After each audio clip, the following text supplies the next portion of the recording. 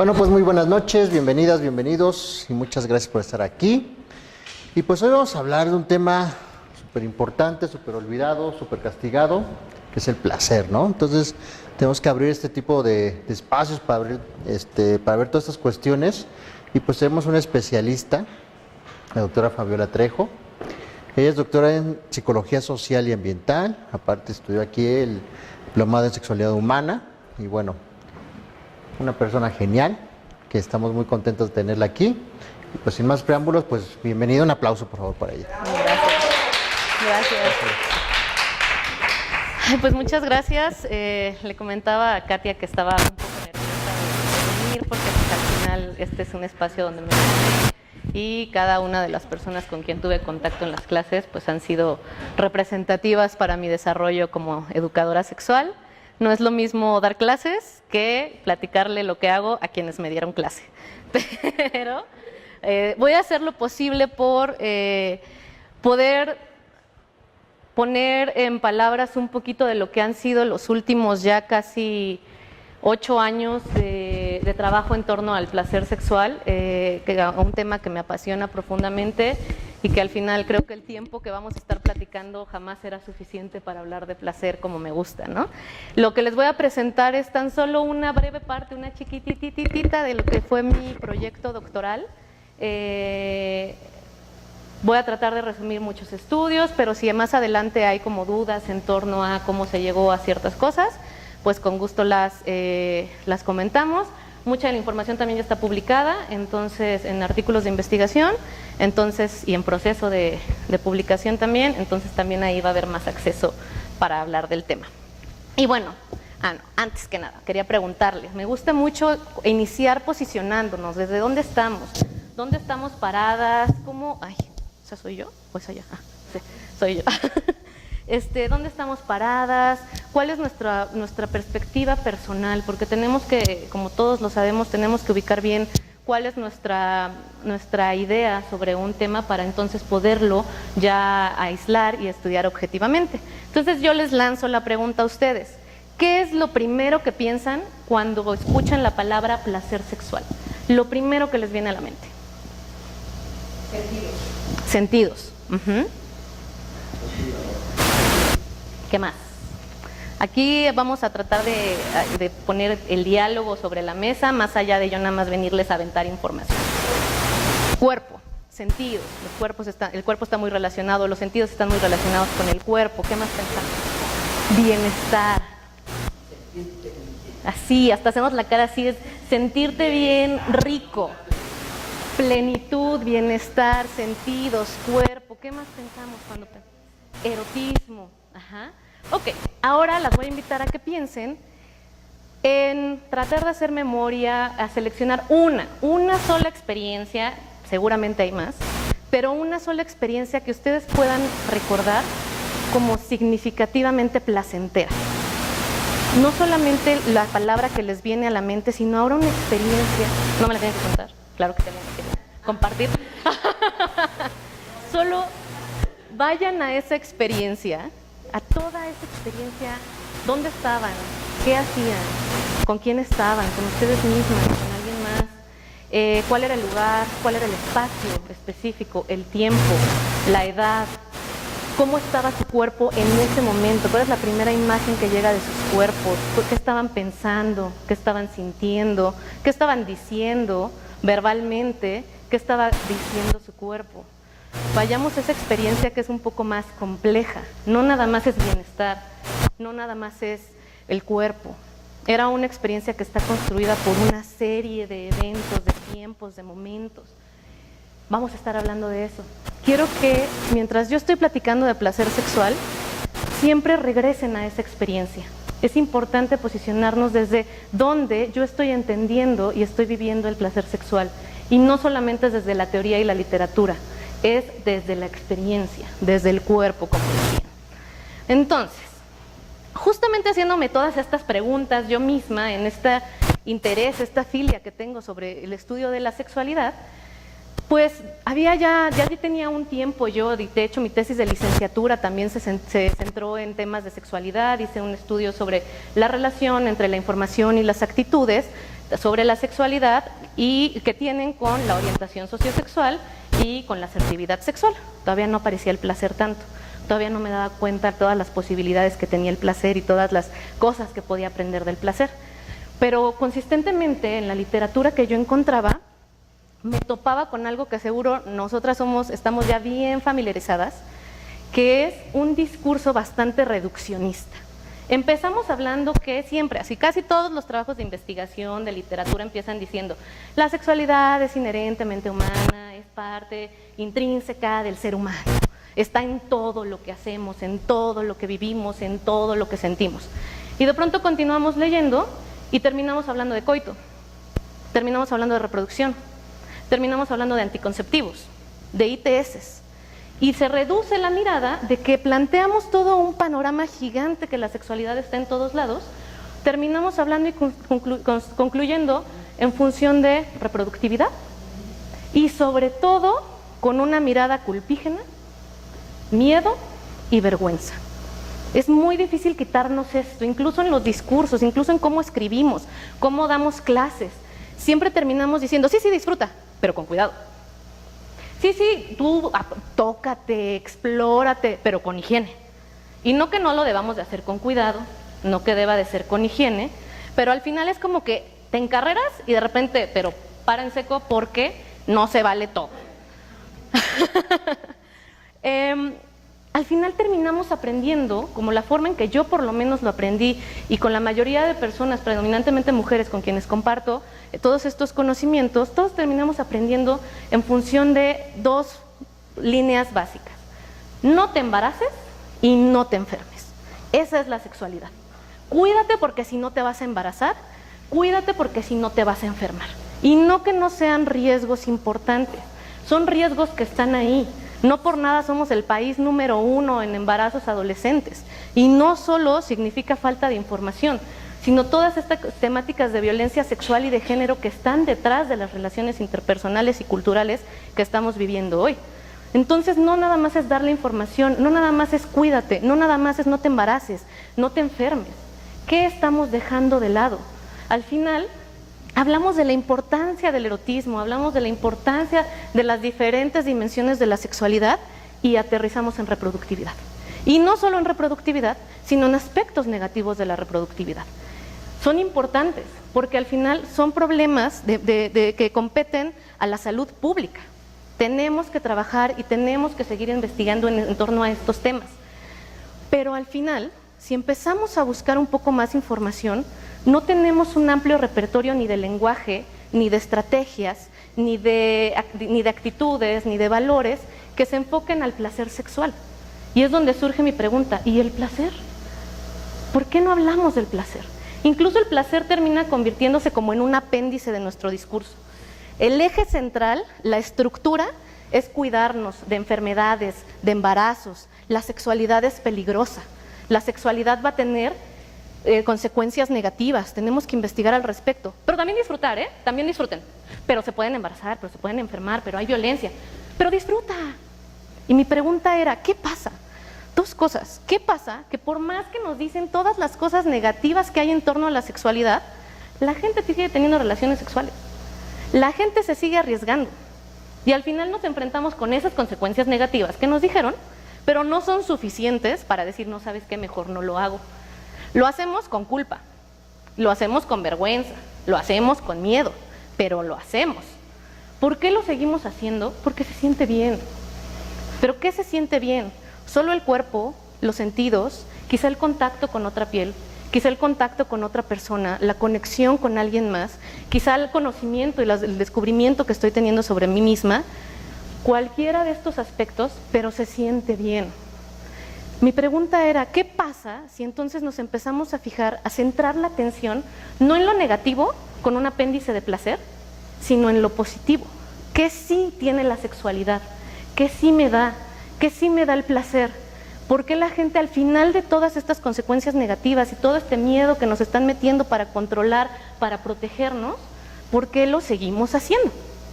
¿Dónde está el placer? Además, encontramos que hay una incomodidad generalizada justamente por estos temas, sobre todo cuando tratamos de introducir, de integrar el tema de placer en cuestiones de currícula educativa. Hay este miedo de decir, bueno, ¿qué tal que hablo de placer? Pero eso les va a dar ideas. Eso quizá los va a incitar a las personas a hacer cosas que no deberían hacer, sí, pero con cuidado. Ya está el círculo vicioso otra vez. Sí, vamos a hablar de placer, pero con cuidado. No que no sea importante hablar del cuidado, pero ¿qué tal que ponemos al placer en el centro? ¿Qué tal que nos enfocamos en todo lo que nos puede dar el placer, más allá de todas las consecuencias negativas que algunas manifestaciones de nuestra sexualidad pueden arrojarnos? Entonces, tenemos que recordar, yo decía, es que me está quedando insuficiente este tema. La misma OMS me está definiendo la salud sexual no únicamente como la ausencia de enfermedad o dolencia, sino la presencia de placer sexual, de experiencias positivas y de una visión, una perspectiva positiva a la sexualidad. Si yo me sigo enfocando en lo negativo únicamente, estoy mutilando una parte esencial de la sexualidad, no solo de la sexualidad, sino de la salud sexual. Estar bien, que no me duela. Ya saben todos cuando tratamos con personas, ¿cómo estás? Bien, bien. No es placer. Ajá. Pero entonces, ¿qué es el placer? ¿Qué sí es el placer? Si nada más, bien. Si nada más, no, pues me contaba una compañera que también estuvo aquí en AMSAC, que a una de sus pacientes le preguntaba, ¿cómo está su vida sexual? Una señora de ya casi 60 años o 50, no recuerdo. No, pues mi marido tiene diabetes. Y la pregunta era, ¿cómo va en su sexualidad? Nada más, ella no llegó quejándose de nada. Ajá, no tenía una disfunción, no tenía un problema que resolver, pero tampoco había presencia de placer. Era una parte que, como muchas mujeres con las que comparto, voy a hacer a un lado esta partecita de la sexualidad, voy a hacer a un lado mis orgasmos, los voy a poner en una esquinita y un día que tenga tiempo, los voy a revisar. Ahorita hay muchos problemas que tengo que resolver, los niños, la pareja, la comunicación, muchísimas cosas que resolver. Eso, la cerecita en el pastel, la dejamos para después. La recompensa, ya que tenga tiempo, la analizamos. Entonces, yo decía, no, pero no es eso, el placer no es eso, vámonos a ver qué es.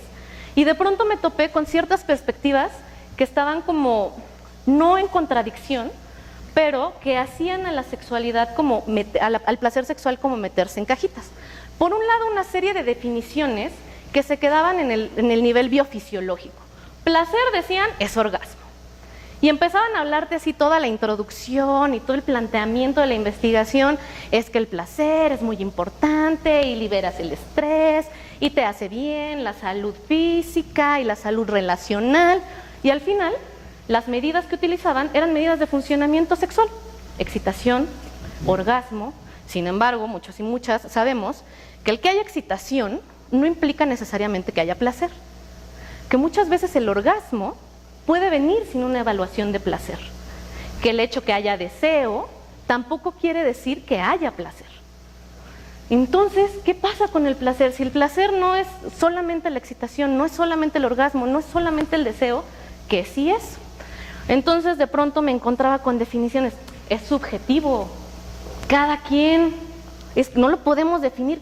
Incluso yo, toda esta investigación es desde una perspectiva un poco más positivista. Hago una serie de estudios de mediciones psicométricas, de estadísticas, bastante positivista, y cómo me topé gente que, ¿no puedes medir el placer? ¿Cómo vas a medir el placer? Esas cosas cada quien las vive diferente, es subjetivo, es tan variable como personas hay en el mundo. Y al final me topo en el día a día y en mi propia experiencia con mujeres que le decían, oye, es que ¿cómo sé si tuve un orgasmo? No, el que lo tiene, lo sabe. Pero ¿cómo se siente? No, es que se siente como que se te acaba el mundo, es la expresión máxima de placer. ¿Máxima? O sea, sí he sentido muy rico, pero así máximo, máximo, ¿cómo? ¿Puedo sentir más? ¿Puede ser mejor? No estoy segura. Entonces, de pronto, no es tan subjetivo, es tan individual, tiene que ver tan con la experiencia de cada persona, que no aterrizamos en nada, que no tengo un parámetro. Es cierto, el placer tiene tantas configuraciones y es tan complejo, que no lo puedo medir con 2, 3 preguntas, unos cuantos cuestionarios, pero sí puedo construir un mapa. Todas y todos usamos un mapa. No estamos viendo en el mapa los arbolitos, los pajaritos, las personas que van caminando por ahí, pero sí te puedo decir, mira, no te vayas por allá, te vas a tardar más, mejor vente por acá. Ese era mi propósito.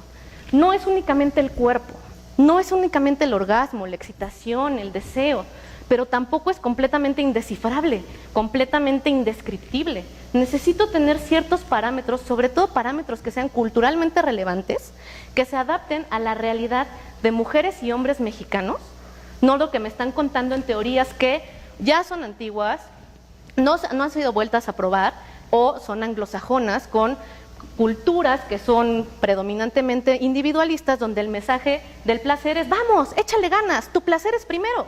Y se nos olvida que estamos en México, en una cultura primordialmente colectivista, donde vas a decir, no, pero ¿cómo primero yo? Pero mi familia, yo los amo, yo los quiero, mi pareja, todos juntos. Yo no quiero ser egoísta. Entonces, el discurso del placer se les pasaba por allá. Tenemos que hacer investigación culturalmente relevante.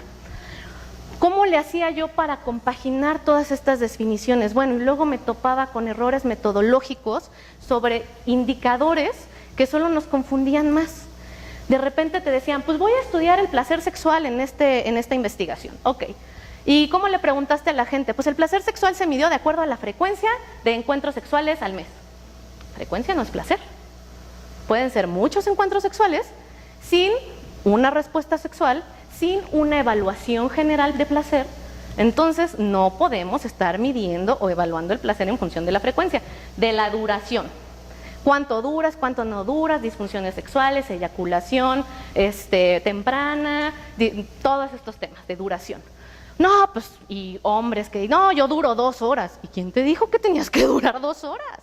También hay que descansar. No, es que yo duro 5 minutos. ¿Cómo? ¿Quién dijo que era placer el tiempo? Ajá.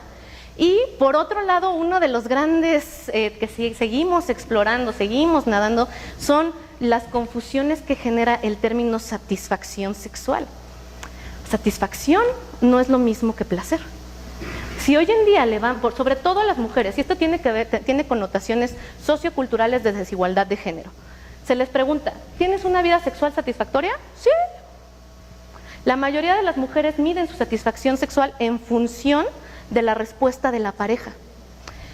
Además, la satisfacción sexual está marcada por las expectativas. Si a mí me dijeron que el sexo tenía que doler, es decir, que la penetración tenía que doler, tenía que sangrar, si me dijeron que me iban a usar, que alguien iba a tener relaciones sexuales conmigo y luego me iba a botar, cuidado porque eso es lo único que los hombres quieren. Si no me dejó, si no me abandonó, si no me dolió, si no sangré, sí estoy satisfecha, pues así debe de ser.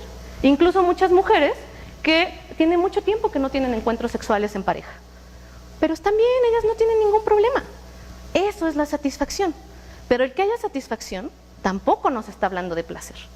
Y seguimos en la pregunta, entonces, ¿qué es el placer sexual? Yo sigo en la pregunta, no, no hay un proceso en el que les diga, es esto. Se han creado algunas definiciones, pero esto nos lleva, lo que tenemos que explorar es la pregunta, más allá de la respuesta. La pregunta nos da muchísimas más señales de dónde estamos parados y a dónde queremos ir que una respuesta. Yo hoy les puedo presentar una definición de placer sexual, ahí está, váyanse con esa definición porque a mí me gusta. Tenemos que empezar a pensar, a repensar el placer desde un esquema completamente diferente, cambiar nuestra posición paradigmática, epistemológica. ¿Qué es el placer sexual si no solo es cuerpo? ¿Qué es el placer sexual si no solo es subjetivo? El placer sexual no solamente sucede en el cuerpo, aunque es importante. No solamente es el orgasmo. A veces hay placer con orgasmo y a veces hay placer sin orgasmo. No solamente es la satisfacción. A veces hay satisfacción con placer, a veces no hay satisfacción, hay placer sin satisfacción. Y así podemos encontrar que también hay excitación, pero no siempre hay placer, que también hay deseo, pero no siempre hay placer. Y esto es porque tiene que ver con dimensiones que lo están impactando inevitablemente. Relaciones interpersonales, relaciones sociales, contextos culturales, normas, creencias, valores, actitudes. Nosotros lo sabemos. No basta con decirle a las personas disfruta. No basta en decirles a dónde vamos. necesitamos los cómo. Y los cómo no están nada más en una técnica, no están nada más en una respuesta, está en un análisis profundo de qué es el placer sexual. Si yo me empiezo a cuestionar esto, tengo muchísimas más herramientas para estudiarlo, entenderlo, integrarlo y compartirlo. Dice Batal, es personal y a la vez es universal, por lo que separarlo del resto de dimensiones de la vida no es más que una reducción que termina por mutilarlo. Dejemos de mutilar al placer sexual. Tenemos que considerar, tenemos que crear modelos para estudiarlo, para entenderlo, que no se enfoquen solo en el cuerpo, que no se enfoquen solo en lo subjetivo, que no se enfoquen solo en lo social, ni en el contexto, ni en la cultura, ni en la historia, sino que nos permita entenderlo como un todo. Sobre todo, como un proceso. El placer es un proceso, no es una meta. Nos han enseñado que el placer es algo que voy construyendo, yo me lo voy a ganar. Vivimos en una cultura que nos dicen, pártete la espalda, trabaja para ganarte esas vacaciones. Todo lo bueno en la vida engorda, mata o embaraza. Ajá. Entonces, sí disfruta, pero con cuidado. Todos estamos disfrutando, pero no, ¿así ya? ¿O tantito más?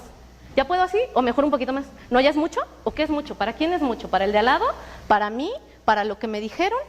¿Qué es mucho? ¿Qué es poquito? ¿Qué tanto puedo vivir el placer? Yo quiero más, obviamente quiero más, pero no me quiero sentir culpable. Pero no me quiero sentir avergonzada, no quiero sentir miedo al placer. Pero me enseñaron a tener miedo al placer. Te lo tienes que ganar, te lo tienes que merecer, como si el placer fuera algo externo que tenemos que ir haciendo puntos para ganárnoslo. Una visión completamente estoica, una visión que nos dice, mira, pórtate bien en esta vida, porque en la que sigue, ahora sí vas a llegar al paraíso. Aquí no. En lugar de hacernos pensar que el placer es algo ya parte de nosotros, que el placer está en mí simplemente por el hecho de existir. No tengo que portarme bien, no tengo que hacer puntos, no tengo que ganármelo. Existe porque existo. El placer no lo voy a medir como mucho, poquito, nada. Hay niveles de placer.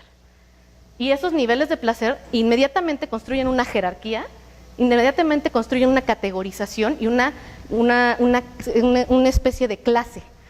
¿Quién sí se merece qué tipo de placer? Incluso dicen, bueno, hay de placeres a placeres. Los placeres espirituales superiores y los placeres corporales inferiores.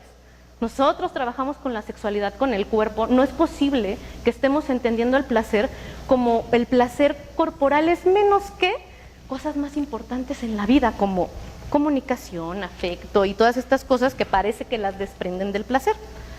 El placer es la medida. El placer me va a decir si estoy caminando por el camino correcto. Es un proceso. Y como proceso está construido por muchos aspectos. Es inacabable, dinámico, multidimensional, constantemente está tomando nuevas formas a partir de las incontables combinaciones que puedan darse de los diferentes aspectos que lo facilitan o lo dificultan.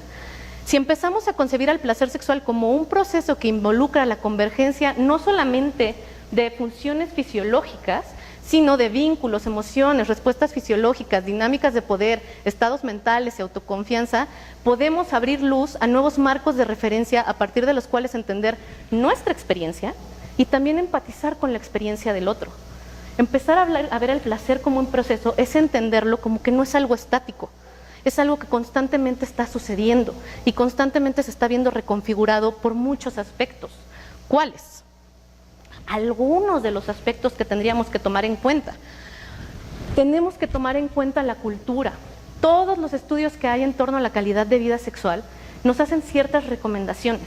Cuando hablemos de diferentes aspectos de calidad de vida sexual, no solo de placer, el placer es un aspecto de calidad de vida sexual, tenemos que abrir un diálogo en torno a los roles de género y a la socialización.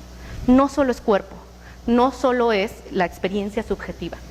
¿Cuáles son los roles de género predominantes en nuestra cultura? ¿Y cómo estamos actuando? ¿Cuáles son las performatividades que llevamos a cabo en torno a esos roles de género? ¿Cómo los integramos a nuestra vida? Y no solo en mí, sino cómo los voy representando, cómo los voy interactuando con otras personas.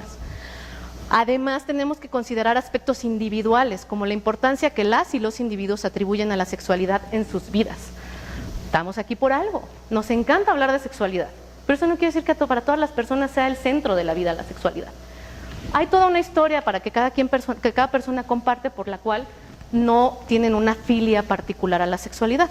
Pero incluso si nosotros llegamos con discursos de imposición de disfruta, la sexualidad es lo máximo, vívela, es una forma también de violencia. No sabemos cómo esa persona se está identificando con su sexualidad, cómo la vive, cómo la integra, y quizás es una persona que no encuentra los placeres y las filias en la sexualidad como nosotros. Tenemos que considerar no solo los roles de género, el contexto, el ámbito sociocultural, sino también un ámbito, una dimensión individual. ¿Dónde está parada esa persona? ¿Cómo se siente con la sexualidad? ¿Cómo ve la sexualidad? ¿Le gusta, no le gusta? ¿Le gusta explorar? ¿Es una persona que se siente más segura, calladita, sentadita? ¿Qué pasa? Tenemos que considerarlo. Y algo sumamente importante que como investigadora no podemos dejar atrás, generar medidas conceptualmente relevantes, metodológicamente relevantes, culturalmente relevantes, validar, tienen que ser válidas, tienen que ser confiables, tenemos que estandarizar. No, una vez más, me voy con lo que empezamos, no es cada quien como lo viva y como lo quiera vivir. Tenemos que estandarizarlo para ponernos de acuerdo de qué estamos hablando todos nosotros y cómo lo estamos evaluando y cómo nos estamos dirigiendo a las personas. Entonces, al ser el placer sexual un fenómeno polifacético y dependiente del contexto, adoptar una perspectiva mixta que considere dimensiones psicológicas y sociales permite reconocer la agencia individual y la estructura social que dan la forma a la experiencia del placer sexual. Le dan forma, no es nada más, no está ahí para que corran y lo alcancen. Le vamos dando forma constantemente con todos estos elementos socioculturales e individuales. Pero particularmente, ¿cuáles? Esta es una de las preguntas que me hizo comenzar esta investigación. Sabemos, trabajando en torno de sexualidad, trabajando con las personas, sabemos que la cultura tiene un impacto. Ajá, pero ¿qué específicamente de la cultura? ¿Cuáles mensajes? ¿Cuáles son los mensajes que siguen vigentes? Hoy hablamos, nos dicen, no, pues lo que siempre nos dijeron, la virginidad, el mito de la virginidad, ¿no? Pues en realidad hoy en día si le preguntas a los jóvenes no hablan tanto de virginidad, el amor es la nueva virginidad. Te dicen, no, pues ya todo mundo tiene relaciones sexuales antes del matrimonio, pero no con cualquiera, con alguien que ames, que te ame, que vayan a formar una relación a largo plazo que le importes. Lo mismo que la virginidad, nada más ya cambiamos las palabras, se van transformando. ¿Cuáles son esas palabras que hoy estamos escuchando? ¿Cuáles son esos mensajes? Porque hay muchísimos mensajes sobre sexualidad, pero ¿cuáles están impactando particularmente hacia el placer sexual? Para esto desarrollé un modelo, justamente como son las sugerencias en el estudio de calidad sexual, de calidad de vida sexual, un modelo que tome en cuenta más dimensiones, particularmente dimensiones que a veces no se integran cuando estamos estudiando el cuerpo o cuando estamos estudiando la subjetividad. Estandarizar, poner palabras al aspecto social y al aspecto cultural y al aspecto psicológico individual. Para eso, aquí ya es donde trato de resumir muchísimas cosas. Para eso hubo que hacer una serie de estudios para definir el placer sexual. Una cosa soy yo y todo lo que pensaba que debería de ser el placer sexual para salvar al mundo y que el mundo esté lleno de paz. Y otra cosa es qué pensaban las personas, cómo definen el placer sexual. Sobre todo en una literatura que nos dice, pues es estar bien tú, es quererte, es disfrutar, es el orgasmo, tú. Pues voy y le pregunto a las personas lo que les pregunté a ustedes al principio. ¿Qué significa para ti el placer sexual? Adivinen qué significa para la gente. Ustedes que trabajan con mujeres y hombres. ¿Cómo? Sí. ¿Qué se imaginan pensando en sus pacientes, en sus compañeros, en sus familias? No en ustedes, que ya tienen más revisado este tema. ¿Qué se imaginan que dice la gente? Placer sexual es...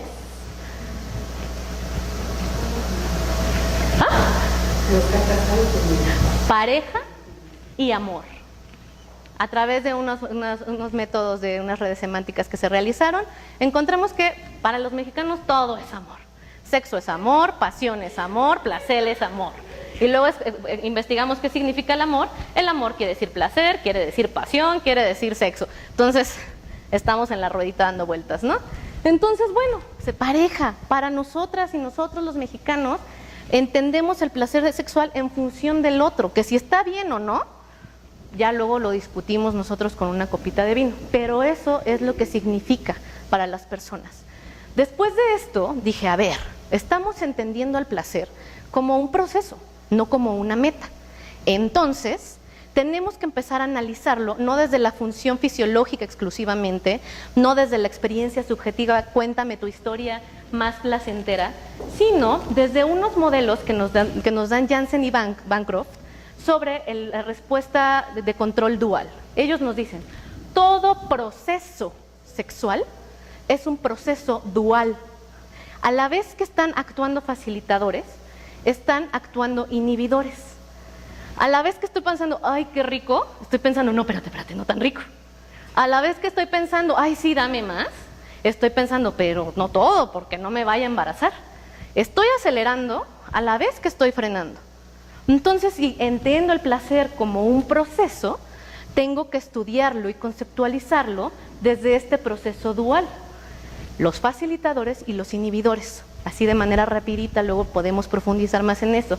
Los facilitadores del placer sexual, de acuerdo a mexicanos y mexicanas, ahorita describo un poco más la muestra, pero son entre 25 y 35 años, tienen que ver, en primer lugar, los facilitadores con la afectividad, con el vínculo que hago con alguien más. Pero cuando nos metemos a leer lo que dice la persona, no estoy diciendo amor, no estoy diciendo media naranja, estoy diciendo sentirme respetada, vista por el otro, conectada.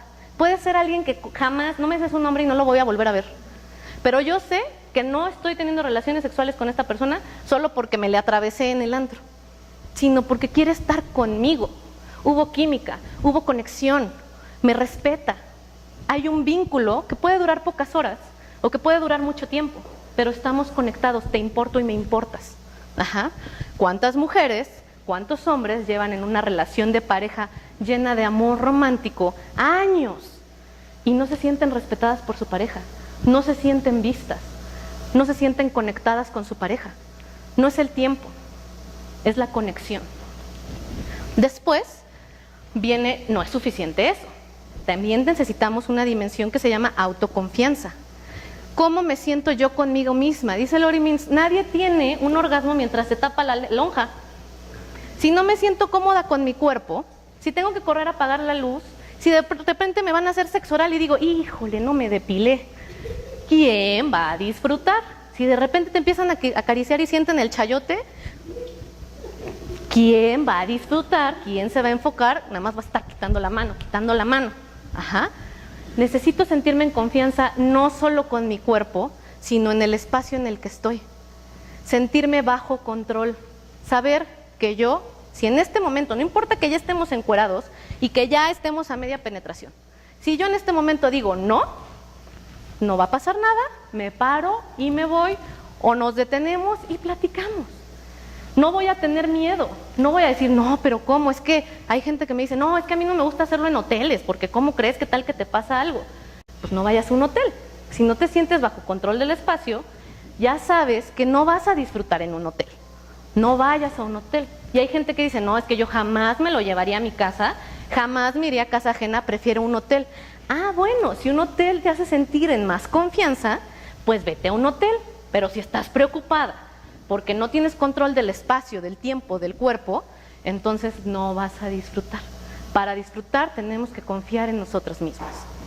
Y de ahí viene, ahora sí, la respuesta sexual humana. Que haya presencia de deseo, excitación, orgasmo. Que por supuesto te puedo amar y me puedo sentir súper bien, pero si no le mueves donde le tienes que mover y no le aprietas donde le tienes que apretar y chupas donde tienes que chupar, entonces no se va a sentir rico.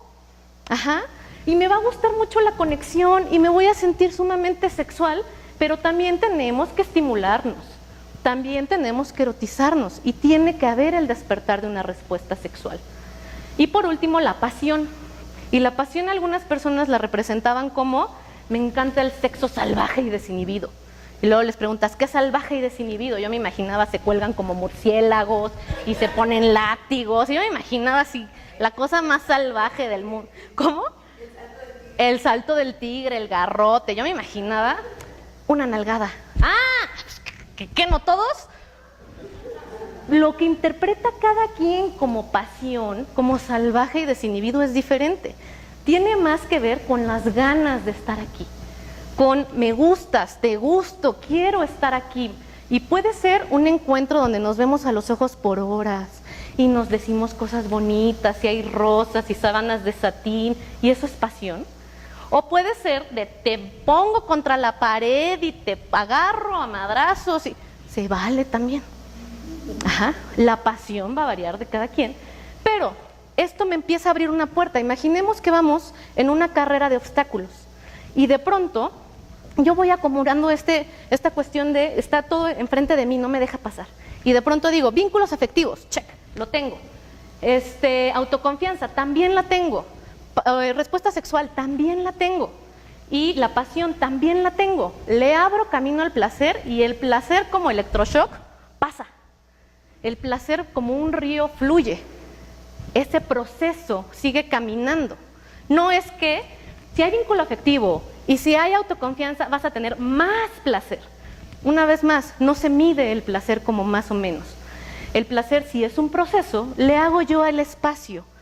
Acomodo yo todos estos obstáculos y ahora sí le permito que fluya, le permito que se dé, que juegue, que se mueva alrededor de mi cuerpo, del espacio, con la persona. Pero al mismo tiempo que está sucediendo esto, están sucediendo los inhibidores. Y particularmente para las mujeres los inhibidores son más fuertes que los facilitadores. ¿Qué me dice la gente a partir de platicarme sus experiencias placenteras y displacenteras? Me dicen, cuando siento culpa, miedo, vergüenza, arrepentimiento, no puedo disfrutar. Era un encuentro padrísimo, pero de pronto me sentí muy culpable porque le estaba poniendo el cuerno a mi pareja y se me olvidó el mundo. Y por más que estaba sintiendo rico, pues me enfoqué en la culpa. Esa nos bloquea y ya no nos deja avanzar. El placer iba bien fluyendo. Llegan las emociones negativas, así se conoce este factor, y bloquean el placer. O le bajan la velocidad, lo frenan. De ahí sigue la coerción, violencia sexual. Y no únicamente, hubieron casos de personas que compartían experiencias de abuso o violación. Sin embargo, no eran las únicas. A veces era como trámite. Pues mi pareja estaba ahí, ándale, pues ya para que se calle. Pues es que todos mis amigos estaban teniendo relaciones sexuales y mis amigas, ay, ándale, está bien guapo, vete con él. A mí ni me gustaba, pero pues bueno, ese tipo de coerción, esa que es normalizada, esa que parece que nosotros estamos tomando la decisión, pero al final es una decisión que está influida por otros, no por mí, no nace de mi autonomía. Entonces, por más que le sepa mover dónde, que quiera a mi pareja, que me sienta en confianza conmigo misma, si de pronto ahorita no quiero y mi pareja está ándale, ya no voy a disfrutar, porque no está haciendo una decisión autónoma. Y de ahí nos pasamos a la insatisfacción. Es decir, no pude tener una erección, no pude tener una eyaculación, tuve una eyaculación demasiado rápido, no pude tener un orgasmo. Todas estas respuestas que deberían estar ahí, porque así me dijeron que en un encuentro sexual tiene que pasar esto, y de pronto, pues no tuve erección. Entonces, estoy pasional, enamorada, en confianza, me encanta lo que estamos haciendo, y por más que intenté, ahí viene, se fue. Me distrajeron, se me fue cuando ya iba a llegar. Esa es la insatisfacción. Y por último, la distracción. Si me distraen, pues contaban algunas personas, es que estábamos en un hotel y la recamadera nos estaba tocando de ya se acabó el tiempo. Pues no importa que tengas todos los facilitadores en su lugar, si no te están dejando y te están molestando y córrele que ahí vienen mis papás o mis papás están abajo en la sala, pues ¿quién va a disfrutar? ¿Quién se va a enfocar en sus sensaciones, en sus deseos, en su disfrute? Si córrele porque ya nos van a cachar. O nos van a escuchar los niños, no hagas ruido. Todo ese tipo de distracciones no me van a dejar. Así es como se conceptualizó a grandes rasgos metodológicamente el placer. Pero una vez más, el placer no es solo esto.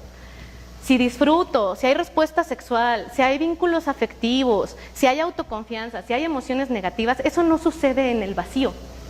Eso no pasa nada más porque sí. Está influido por un contexto cultural muy particular y tenemos que identificar cuál es ese contexto cultural. Pues dije, ¿cuál?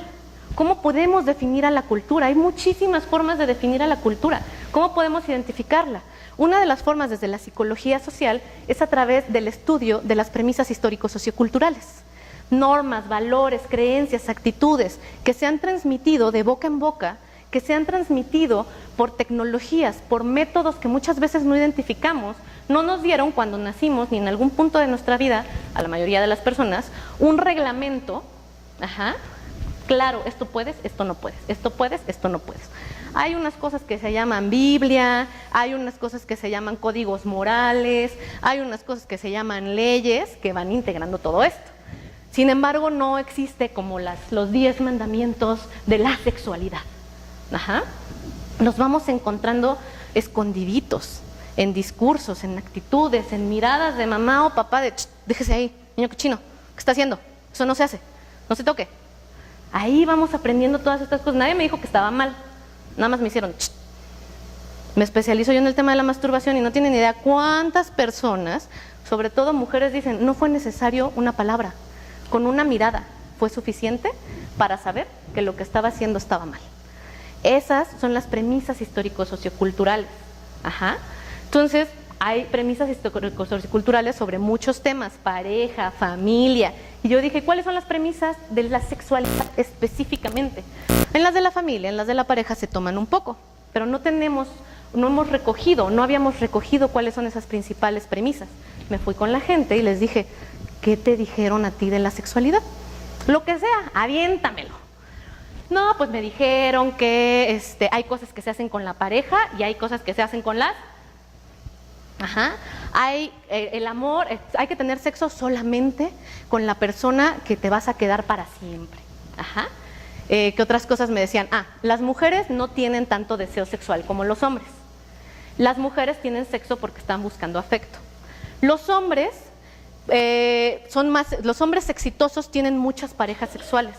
Las personas con múltiples parejas afectivas o sexuales están mal emocionalmente, tienen problemas con el compromiso.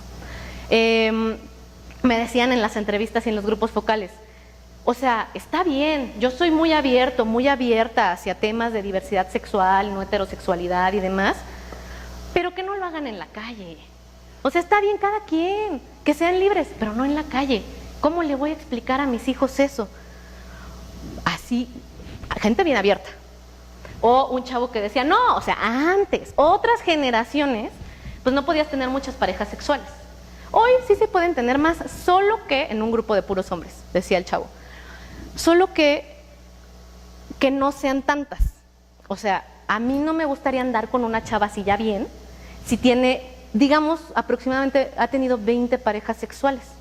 Y todos hombres súper progres, todos de licenciatura, con posgrado, hicieron cara de su misoginia, ¿no? Y el de al lado le dice, bueno, me parece muy valiente de tu parte que lo expreses de esta manera, sobre todo en estos tiempos. Y yo dije, miren, un hombre acá, nuevas masculinidades que está poniendo en su lugar a los otros, ¿no? Yo diría que para mí serían 10. No 20, 10 es el número indicado. Y yo así de, no, bueno, según estamos avanzando, este hombre súper progre, en lugar de transformar, de cambiar el discurso, nomás le bajó el número. Y ya por eso era progre. Entonces, todas estas cosas que decía la gente, las íbamos recolectando como normas, creencias, porque aparte después le preguntaba a la gente, ¿y tú crees, estás de acuerdo con esto que te enseñaron a ti? No, no estoy de acuerdo, eso es súper retrógrada. Pero 2 minutos después me decían lo mismo, pero con otras palabras. Entonces, realmente uno de los cuestionamientos que se hacen es realmente qué tanto se han transformado o qué tanto hemos avanzado o nos hemos abierto en estas creencias sobre la sexualidad, o solo las estamos transformando de vocabulario y al final son las mismas. Esas son las premisas histórico-socioculturales que se enfocan en pareja, es decir, solo el sexo está bien, solo con mi pareja formal. Monogamia, solo se debe de tener una pareja, sexual o afectiva. Heterosexismo, que no es lo mismo que homofobia. Es decir, está bien que hagan lo que quieran, pero no en público. Doble moral, lo que los hombres pueden y las mujeres no pueden. Una mujer que tiene muchas parejas sexuales es una fácil. Y algunas otras que tienen que ver con la sexualidad no reproductiva, es decir, el aborto está mal, la masturbación está mal, te puedes enfermar de hacerlo demasiado. Todos estos temas que no se enfocan en la reproductividad, sino en manifestaciones de nuestra sexualidad que son divergentes al discurso tradicional. Al final, las premisas histórico-socioculturales se basan en 4 ejes: heterosexualidad, monogamia, institucionalización de las relaciones y reproductividad. Mientras la sexualidad se dé en estos 4 ejes, te sales tantito, castigada, castigado. Pero entonces hablábamos hace rato que no es solo lo cultural, que también lo individual. ¿Qué tal que a una persona la educaron con sí, se vale todo, pero esa persona dice, pues a mí no me gusta todo, yo nada más quiero una cosa? A eso se le llama la dimensión psicológica, que puede ser individual e interpersonal. Desde lo individual está la necesidad de sensaciones sexuales, la búsqueda de sensaciones sexuales, la necesidad de sexo. Así como en todo en la vida, hay gente que le encanta subirse a montañas rusas y hay gente que no le gusta.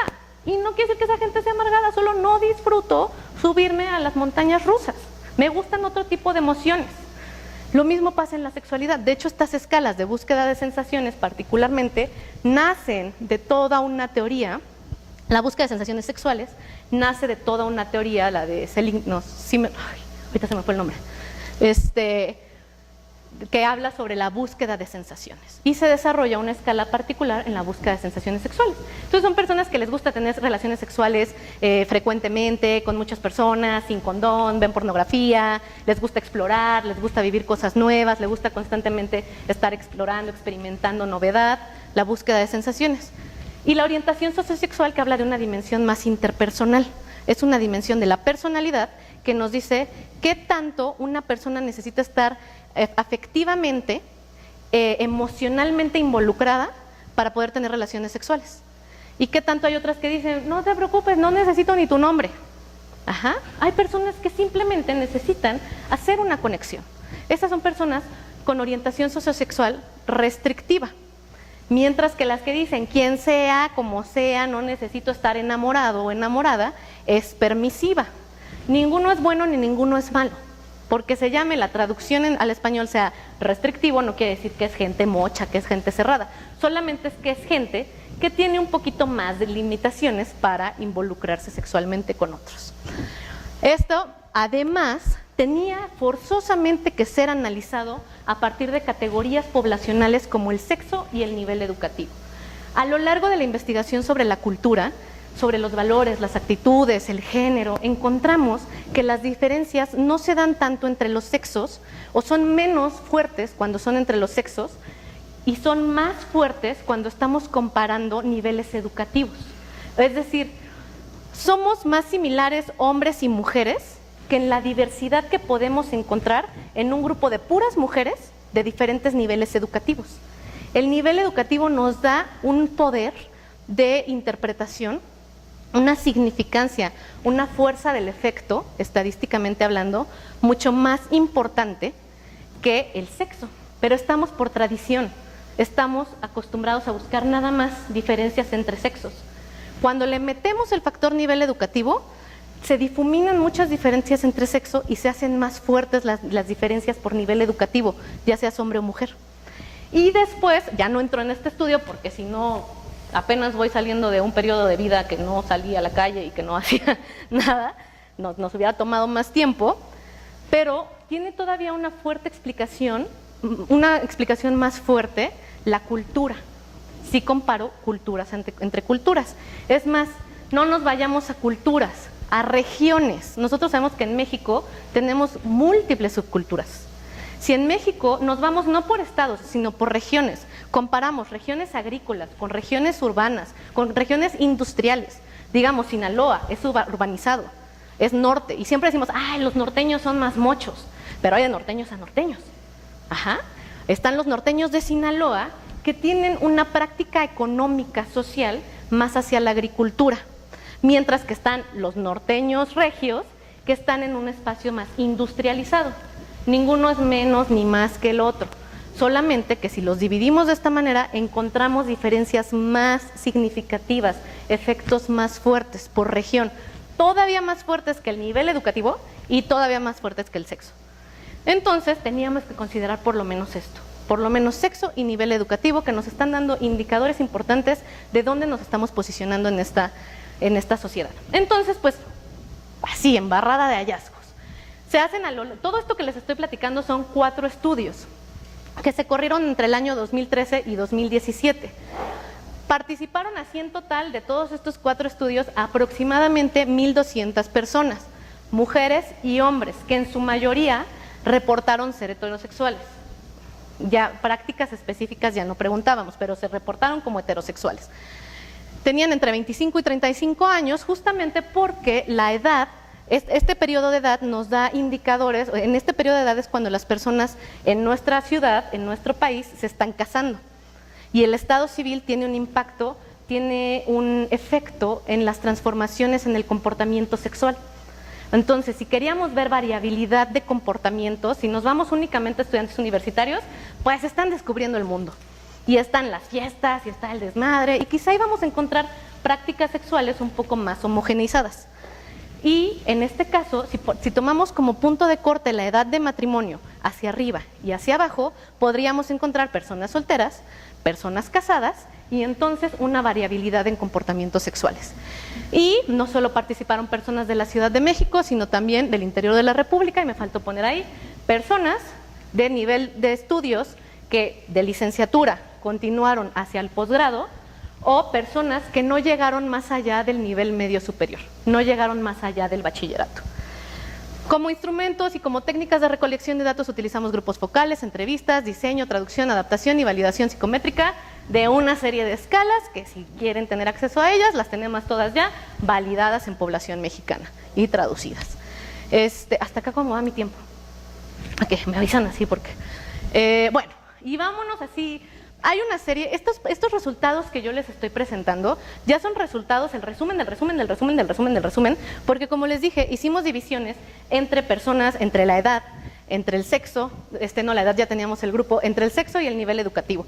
Entonces se hace un diseño factorial, que si empezamos con 2 grupos, de pronto se convierte en 8, de pronto se convierte en 16, de pronto... Entonces, detrás de esto hay como 40 y tantas tablas que nos explican causas y efectos, pero aquí se hizo un análisis factorial confirmatorio de segundo orden y ya pudimos resumirla. Al interior de cada uno de esto, al final, pues podemos ver que se puede dividir todos nuestros resultados en 2 grandes dimensiones: el placer y el displacer. Ajá. ¿Qué explica de nuestra cultura y de los individuos el placer? ¿Y qué explica de nuestra cultura y de los individuos el displacer? Así ya, a grandes rasgos. Y más allá de irnos como a los detalles, que hay mucha carnita dentro de cada uno de los cuadritos que estamos viendo, quiero invitarles a verlo de manera global. Tenemos de color morado, más o menos lo veo yo, no sé cómo lo ven ustedes, de morado es la cultura, de azul es el aspecto individual, las dimensiones individuales. Entonces encontramos aquí que para las mujeres la cultura tiene un impacto, la cultura explica, pero para los hombres no. Para los hombres la dimensión individual es lo que le explica. Es decir, ¿cómo me siento yo? Si a mí me gusta la sexualidad, si a mí me gusta el sexo, me dirán misa, pero yo lo voy a disfrutar. Y si las mujeres dicen, pues a mí me gusta, pero me dijeron que no me debería gustar, me dijeron que no debería de tener deseo, y así encontramos a muchas mujeres que llegan con nosotros y nos dicen, es que yo tengo más deseo que mi marido. ¿Está mal? ¿Está mal que tenga más deseo que mi marido? Porque mi marido nada más no quiere. Ajá. Y de pronto se sienten mal porque quieren disfrutar de su sexualidad y les dijeron que no debían disfrutar. La cultura tiene un impacto sobre el placer sexual de las mujeres que llegaron a una escolaridad máxima de bachillerato. Mientras tanto, en los hombres es lo individual, cómo me siento yo. Ajá. Para las mujeres no solo es la cultura, está mediado por los aspectos individuales. está mediado por cómo me siento yo. Si yo tengo herramientas, si yo desarrollo mi autonomía, mi decisión, mi exploración, mi crítica, mi análisis, puedo decir, oye, espérate, la cultura dice eso, pero yo no estoy de acuerdo. Y entonces ese efecto de la cultura ya no es directo, ya lo puedo mediar, lo puedo suavizar, y de pronto me llega la culpa y digo, es que ¿por qué? Y luego, ay, bueno, pues no es mi culpa, es de mi mamá, hazte para allá, déjame disfrutar. Eso nos da la autonomía, el desarrollo de la autonomía de las mujeres, resistir ante los mandatos culturales, pero no todos. No basta con solo decirles, disfruta. ¿Cuáles son los mandatos culturales que más nos están impactando? Doble moral y monogamia. Todas estas ideas de lo que pueden y no pueden las mujeres. Si seguimos diciendo que la sexualidad es diferente, que los hombres piensan con el pene y las mujeres con el corazón, con el cerebro, seguimos haciendo una diferenciación. ¿Quién puede? ¿Quién tiene derecho? ¿Quién se puede ver a sí mismo, a sí misma, como sujeto de placer? ¿Y quién es el objeto de placer? Eso es lo que nos dice la doble moral. El sujeto de placer es el hombre. Por el simple hecho de existir y tener un cuerpo, tiene derecho al placer. Y las mujeres son objetos de placer. Tú nada más sirves para darle placer a los demás, sea sexual o sea tus hijos a través de una cenita caliente, o sea tu pareja a través de dejar de hacer todas tus cosas con tal de estar con tu pareja. Todos esos mensajes de lo que nosotras no podemos y de lo que ellos sí pueden van a tener un impacto. ¿Qué nos invita a hacer esto? En las intervenciones que hacemos, no solo es decir, ay sí, la sexualidad es muy importante, disfruta. Disfruta. Si sabemos que la doble moral y la monogamia tienen un impacto sobre el placer sexual, tenemos que empezar a construir nuevos discursos, nuevas normas, nuevas creencias, nuevos valores que estén enfocados en lo que sí pueden las mujeres, en lo que sí se disfruta, en lo que sí se vale, no solo en lo que no podemos. En el caso de la monogamia, son todos estos mensajes de solo con tu pareja, solo a quien tú amas, solo con quien te respete. Y ¿saben qué? Eso no afecta al placer, eso lo aumenta. ¿Pero por qué? Les dije que el placer, como lo estamos evaluando, tiene diferentes dimensiones. ¿Por cuál dimensión, si alguien se acuerda, porque ya se quedó atrás este tema, a qué dimensión impactan las normas de la monogamia en el placer? ¿Cómo? Las premisas de monogamia, ¿a qué dimensión del placer se acuerdan que hablaba de vínculos, que hablaba de autoconfianza, que hablaba de respuesta sexual y que hablaba de pasión? ¿Cuál es la dimensión que se imaginan con el ojo acá de buen cubero que nosotros tenemos como sexólogos? Particularmente a la de vínculos afectivos. Es decir, uno pensaría que todas estas formas restrictivas de solo con tu pareja, solo con tu pareja, solo con tu pareja, va a hacer que no disfrutemos. Y lo que nos enseña la investigación es, no, lo aumenta, pero aumenta solo ese factor. Aumenta de, bueno, no tuve un orgasmo, bueno, no hubo pasión, bueno, no me siento bien conmigo misma, pero lo amo tanto. Es lo más hermoso que me ha pasado en la vida. Mientras yo le dé placer, a mí me da placer darle placer. Pero no tiene un impacto negativo particularmente en la respuesta sexual humana.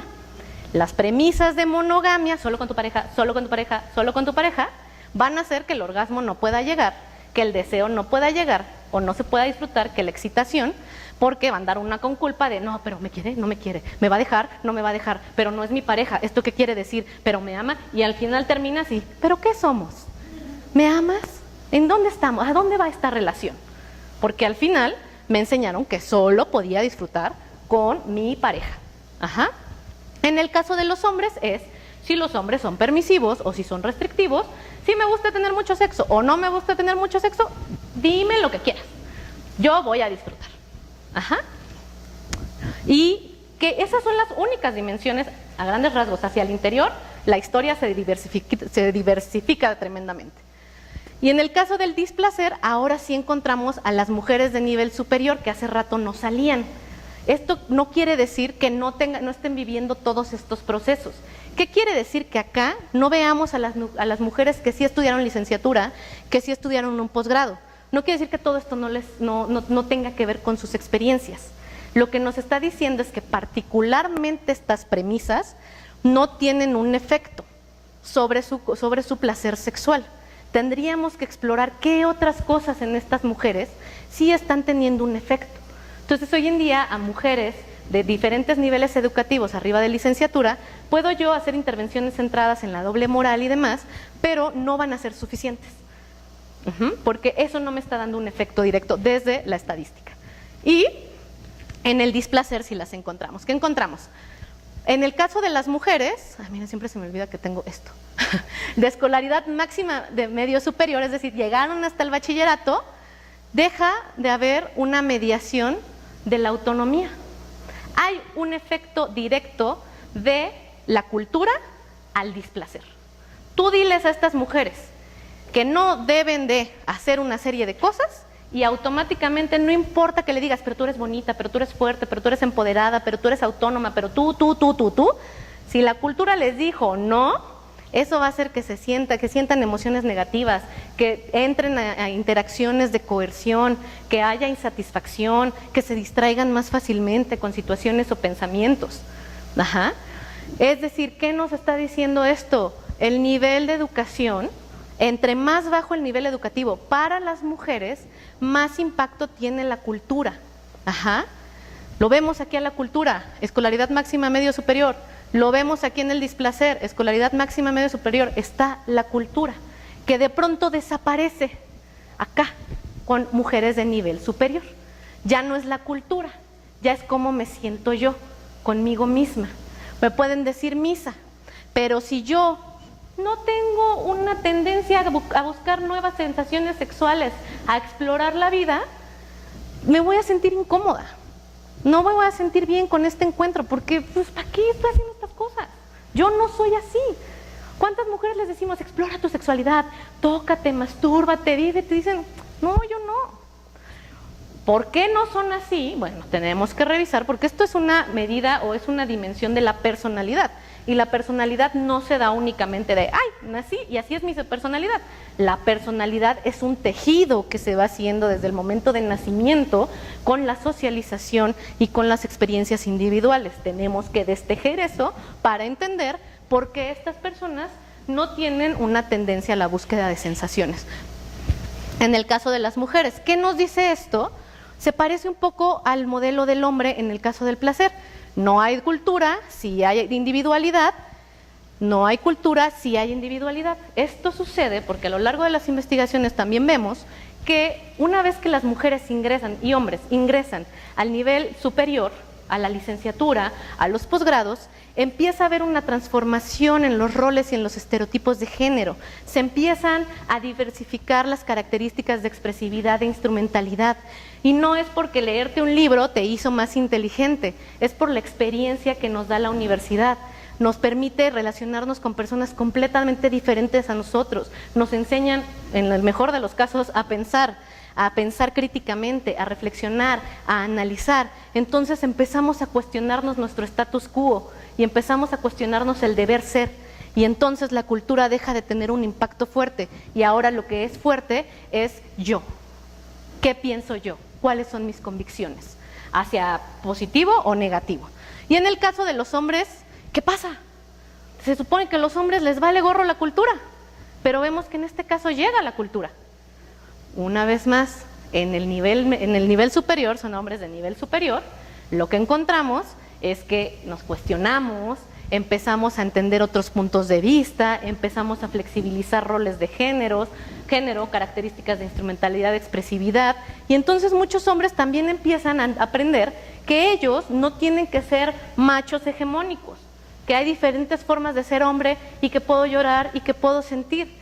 Pero todas estas características de llorar, de sentir, de conectarse, de amar, son atribuidas a lo femenino. Y socialmente lo femenino es negativo. Y socialmente las reglas sobre sexualidad hacia lo femenino es de restricción. Empiezo yo a adoptar estas normatividades porque no tengo otras opciones.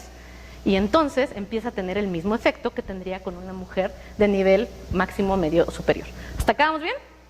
Qué bueno, porque ya acabé. Entonces, ¿cuáles son recomendaciones a grandes rasgos? Una de las cosas que más llaman la atención y de las que he estado hablando es que las premisas histórico-socioculturales de la sexualidad no hay un solo momento, no se vislumbra ni tantito, ni la intención de hablar de placer. Piensen ustedes quién les habló de placer cuando eran niñas, cuando eran niños. Ajá. Y no de placer desde, ay, fíjate, mijita, mijito, que los orgasmos.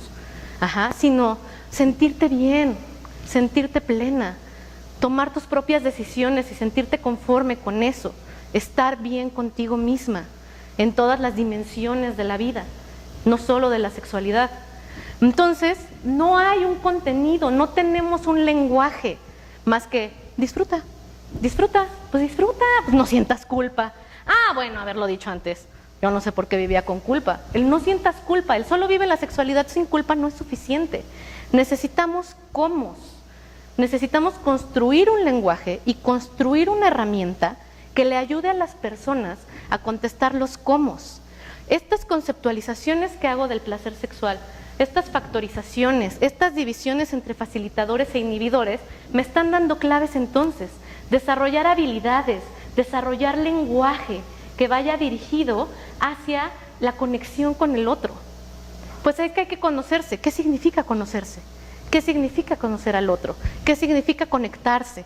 ¿Cómo sé yo, tangiblemente, cómo sé yo que estoy conectada con alguien? No tenemos un lenguaje. En esta forma en que vivimos la sexualidad, la vida que está en contra del placer, no tenemos un vocabulario positivo, no tenemos un lenguaje positivo, solo desde el no. Todos sabemos que no. Yo sé que no quiero. Y de pronto el placer se ha transformado en evadir el dolor, en lugar de construir espacios, perspectivas positivas hacia mi cuerpo y hacia las relaciones interpersonales que construyo. No solo los cómo, ¿qué sí? Todas las premisas histórico-socioculturales van hacia prohibido, prohibido, no, no, esto es lo que no tienes que hacer. Ok, no hago eso. ¿Y qué sí? ¿Qué sí puedo hacer? ¿Cómo se ve, cómo camina, cómo respira, cómo se mueve una persona que vive el placer sexual? No solamente, ay, se siente rico. ¿Cómo se relaciona con otros? ¿Cómo se conecta? ¿Cómo se va a la cama esa persona sintiéndose en las noches y cómo despierta?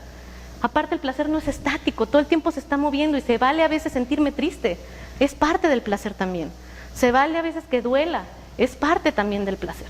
No debemos construir una dictadura del placer donde ahora tienes que ser multiorgásmica, tienes que eyacular, tienes que disfrutar, tienes que ser plena, tienes que estar informada, todo.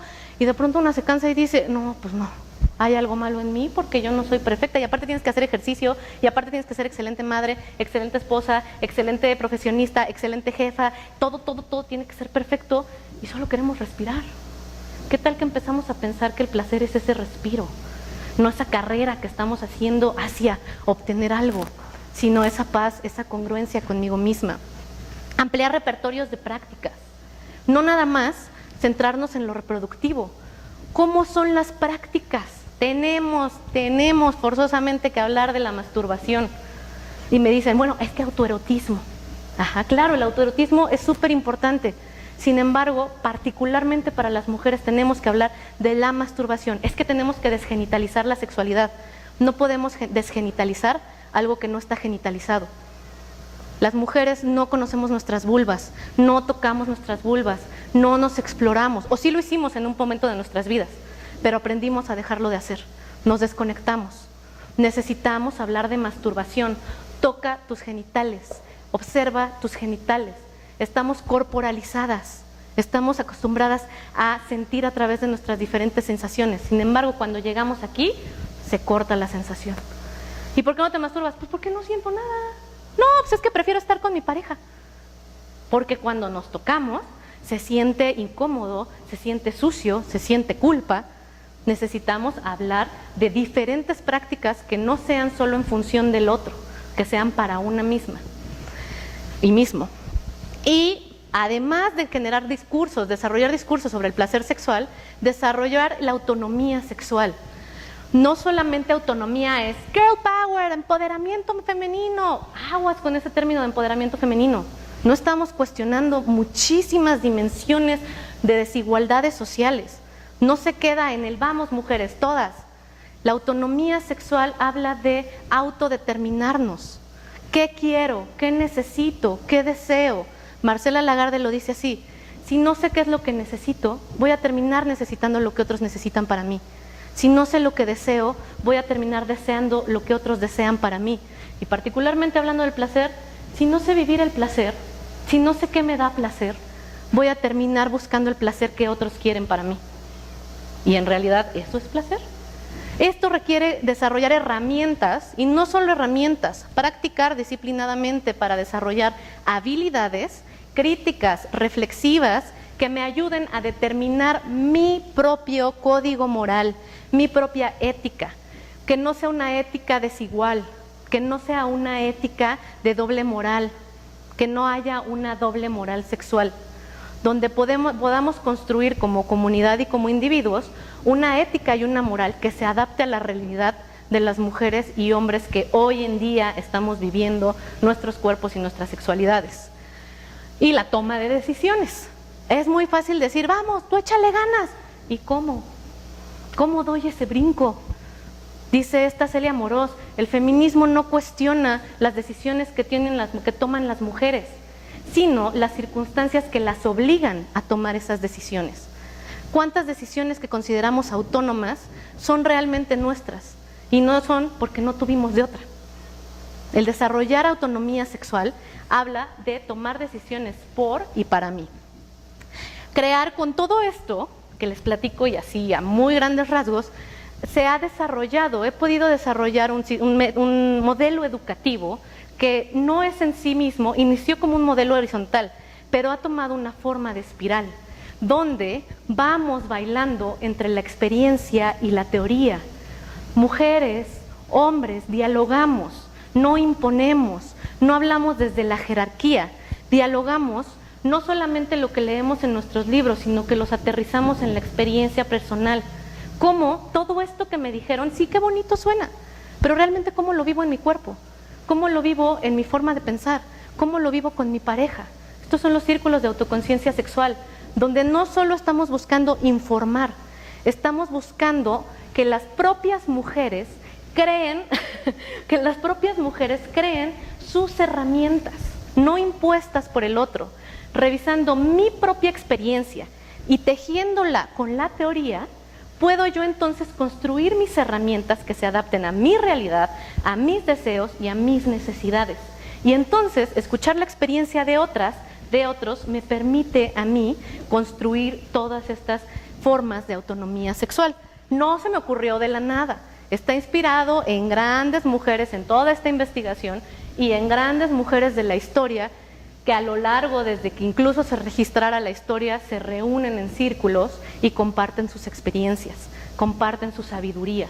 Todas y todas, hablar de placer es quitar la jerarquía, dejar de dárselo únicamente al especialista y también que las personas se apropien de esa sabiduría que les da su experiencia. Quizá no es una sabiduría de literatura, quizá no es una sabiduría teórica, pero hay mucha sabiduría en nuestras experiencias y siempre que hablamos de nuestra experiencia personal, desde yo, no desde señalar al otro, sino desde yo me siento así, estamos hablando como expertas, porque no hay nadie más experta en mi experiencia que yo. Y la ponemos todas sobre la mesa y ahora sí, fíjate que esto que pensabas que eras tú la única, lo tienen todos y todas. No eres la única, somos todas. ¿Y sabes por qué pasa esto? Porque hay un sistema cultural, un sistema social que lo marca de esta manera. ¿Qué les parece si nosotras construimos un sistema que sí se acomode a nuestras necesidades? Eso es a grandes rasgos. Donde, sobre todo, el placer está en el centro. No es un apéndice.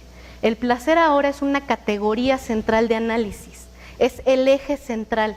Todo lo que hablamos y para donde nos movemos es placer. No hablamos de algunas partes de nuestra vida y nuestra sexualidad y el placer, sino que el placer es parte de todo, subyace y está encima de toda discusión y de todo diálogo. Y no podemos aproximarnos a nuevas formas de entender el placer sexual, nuevas formas de integrar a la sexualidad si no lo hacemos desde una perspectiva de género. Y esto no es nada más ver cómo los hombres y las mujeres viven su sexualidad. Esto requiere el diálogo sobre desigualdades de género. No nada más somos diferentes, estas diferencias tienen una razón y estas diferencias ponen en la jerarquía arriba a unos y abajo a otros o a otras. Entonces tenemos que resaltar esas desigualdades y buscar cómo erradicar esa brecha de desigualdades. ¿Cuáles son particularmente esas desigualdades de género? Operacionalizarlas y empezar a abordarlas. El análisis de los sistemas de poder y opresión.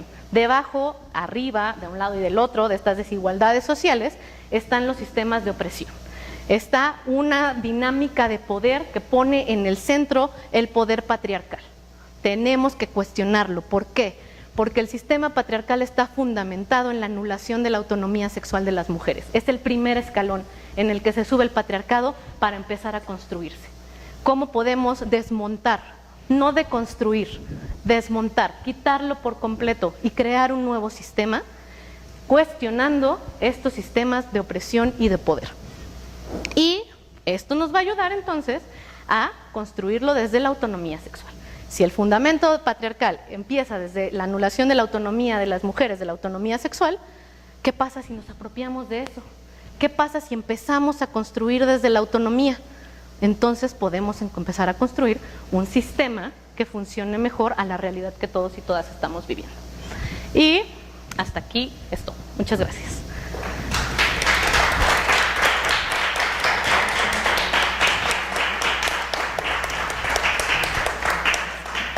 Reflexiones, adiciones que nos permitan continuar construyendo el diálogo en torno a estas conversaciones del placer.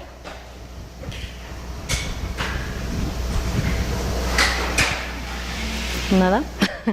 Bueno. Toda reflexión es útil. Si no hay alguna reflexión en este momento, se vale. ¿Sí? ¿Hasta cuál? ¿Acá? Ajá. No, al anterior. ¿Acá? Ajá, es que no te entendí en la última de nivel superior en hombres. Ajá. ¿Por qué está la monogamia?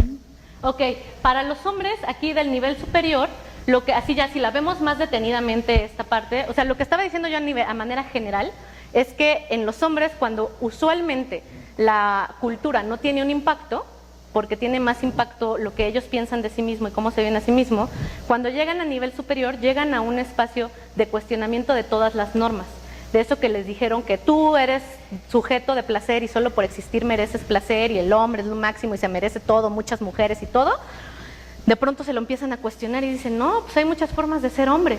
Y en ese cuestionamiento empiezan a integrar reglas, normas que antes no se adaptaban a ellos, que antes solo se ponían hacia las mujeres. Por ejemplo, a los hombres se les permite tener muchas parejas sexuales. De pronto ellos dicen, no, oye, eso que de tener muchas parejas sexuales no está bien. También se me empiezan a adaptar esas reglas. No que nosotros pensemos que está bien o no, sino eso es lo que dicen las normas y creencias. Van más tendiente a la monogamia. Son más tendientes a la monogamia. Hombres con mayor escolaridad. No que sean, porque aquí es importante, estos son análisis de regresión, entonces no es que sean más tendientes a la monogamia, si lo que nos dice es que los hombres que están apegados a normas, que creen, que interiorizan esas normas y esas creencias sobre solo con una pareja y yo hasta el amor, hasta que la muerte nos separe, yo no voy a tener muchas mujeres u hombres, esos hombres no van a disfrutar tanto, van a disfrutar más, no van a disfrutar tanto porque es el displacer de ciertos aspectos de su sexualidad, no van a evaluar sus encuentros sexuales como placenteros, porque al interior de esto si le rascamos hay un énfasis en las emociones negativas. Entonces esos hombres, solo aquellos, no que los hombres de nivel superior sean más apegados a estas normas, sino si sacamos de todos los hombres que llegaron hasta licenciatura, posgrado, sacamos a solo aquellos que creen que la monogamia es muy importante, vamos a encontrar que para ellos va a ser más difícil disfrutar porque van a sentir más culpa, van a sentir más arrepentimiento, porque híjole, no debería de tener muchas parejas. ¿Sí me explico? Estos mandatos culturales que en otros momentos de su vida no eran aplicables a ellos, ahora ya son aplicables porque están flexibilizando sus roles de género. ¿Sí me explico? Sí, así me causaba conflicto de monogamia, pensando, porque la anterior tiene placer, ¿cierto? Ajá. La anterior diapositiva, ajá. Ajá. Y esta, bueno, la otra hablas que te va a causar displacer el hecho de ser monógamo. No ser monógamo, porque no sabemos si son o no son monógamos, Bueno, de apegarse a creencias sobre monogamia. Ok, ya. Mucha claridad en una clínica de más nivel. Tiene otra y otra, no importa. En cambio, los universitarios todos siempre ahí se cuestionan tantas cosas. Exacto, gracias. Es que es bien importante aterrizarlo en esos ámbitos directos. Que no comparen, ¿no? Tuviste una experiencia y el otro ahí me cuestiona, no sé qué pasó, ¿dónde está? Exacto, exacto. Muchas gracias. Oye, de una vez hablando, te pregunto, ¿nos puedes dar una idea de tus escalas de placer y displacer? Sí, una idea específicamente que es psicométrica o de ítems. Psicométrica como que Ok. Tiene aproximadamente, ya la escala final tiene aproximadamente 44 reactivos, 44 ítems y justamente, obviamente están todos revueltos y el análisis factorial exploratorio hace que se divida en dos grandes dimensiones, en la de facilitadores e inhibidores. A cada una de estas grandes escalas, estas grandes dimensiones, estos grandes factores, se les corrió otro análisis factorial, esta vez confirmatorio, para poder dividirlo del cual salieron 4 dimensiones en cada una, en la de facilitadores y en la de inhibidores. En la de facilitadores tiene que ver con la de afectividad, cada uno tiene aproximadamente entre 3 y 5 ítems, que es lo que psicométricamente es aceptable. Si tiene menos de 3 se sale y ya no cuenta, pero entonces por eso salieron solamente 4 dimensiones. En la de afectividad tenemos a personas que nos dicen, vínculos afectivos, tenemos a personas que nos dicen, es que estaba completamente enamorada, o me sentía conectado, había química, y la gente lo responde ahorita ya no me acuerdo, les digo que ya tiene, la última vez que la presenté fue el año pasado. Tiene 5 opciones de respuesta en el Kala Likert pictórico que van de nada a mucho, creo. No me acuerdo si es de nada a mucho o de nunca a siempre. Y luego les enseño bien la escala. No me acuerdo del tipo, pero es 5 escala de Likert pictórico, 5 niveles, que va de menos a más. Entonces a las personas les preguntábamos, en los últimos 3 meses de tu vida sexual, de tus encuentros sexuales, ¿qué tanto o qué tan identificada o identificado te sientes con las siguientes afirmaciones? Me sentía completamente conectada con mi pareja sexual. Sentía que había química con mi pareja sexual. Era un encuentro maravilloso. Estaba completamente enamorada de mi pareja sexual. Más o menos esas cosas decían. Me sentía respetada por mi pareja. En el siguiente factor, que es el de autoconfianza, me sentía bajo control de la situación. Me sentía sexy, me sentía sensual, me sentía cómoda con mi cuerpo. Después el de respuesta sexual. Tuve un orgasmo, tuve múltiples orgasmos, lubriqué, eyaculé, tuve una erección, más o menos esas, que eran más como de funcionamiento. Sentía deseo sexual por mi pareja, me sentía excitado, sentía mi cuerpo caliente. Ese es el de respuesta sexual y después sigue el de pasión. Disfruto de los encuentros sexuales salvajes y desinhibidos. Me parece que fue un encuentro sumamente pasional, fue un encuentro muy intenso. Y todo esto parte, ya ahí ya no profundicé, pero toda esta escala se crea de cero, justamente del primer paso fue desarrollar un significado psicológico del placer sexual. A partir de las dimensiones que arroja el significado psicológico, se crean unas preguntas específicas para ir con las personas, cuestionarios con preguntas abiertas y preguntarles, platícame, ¿cómo fue tu último encuentro sexual más placentero? El más placentero que te acuerdes. Platícame cómo se sintió tu cuerpo, qué sentías emocionalmente, qué pensabas, porque todas esas dimensiones venían incluidas en el significado psicológico del placer sexual. Entonces las personas redactaron sus encuentros sexuales más placenteros con base en estos indicadores y su encuentro sexual menos placentero con base en esos indicadores. Se hizo un análisis de contenido y a través de aquellas frases que fueron y temáticas que fueron más frecuentes, se elaboraron ítems, esos ítems pasaron por todo un proceso psicométrico de validación, que es donde salen ya estos análisis factoriales exploratorios y confirmatorios, 2 subescalas, cada subescala con 4 factores, que son los que les estaba diciendo. Y ahora sí, la de displacer se mide de la misma manera, de menos a más, escala Likert pictórico, cada una tiene 20 y tantos reactivos, y la de emociones negativas, me sentí arrepentida. En el último encuentro sexual, o mis últimos encuentros sexuales, la mayoría de las veces me he sentido arrepentido, me he sentido culpable, me he sentido, ¿cuáles otras dije? He sentido miedo, culpa, vergüenza y arrepentimiento. Me he sentido de estas maneras. Y de ahí seguía la coerción. Yo no quería, pero lo hice para darle, no hago como dice exactamente, pero para darle gusto a mi pareja. Yo no tenía ganas, se sentía que estaba forzado, porque también compartíamos muchas personas. Se veía que no queríamos los dos, pero pues ya estábamos ahí, se sentía forzado el encuentro. Me sentí obligada a hacerlo, me sentí presionada por mi pareja o por mis amigos. Ese es el de coerción. El que sigue es el de insatisfacción. No logré mantener mi erección, no lubricaba, me sentía muy seca, y la gente tenía que decir qué tanto se identificaba con esto en sus últimos encuentros sexuales, poquito o mucho. Y el último, que es el de distracción, no me sentía, me sentía distraída, no me podía concentrar, estaba pensando en muchas cosas, menos en lo que estaba haciendo de ese momento, más o menos así. Y tiene un alfa de aproximadamente, creo que es 0.92 más o menos, un alfa de Cronbach. Y todas las demás escalas también, por ejemplo, las de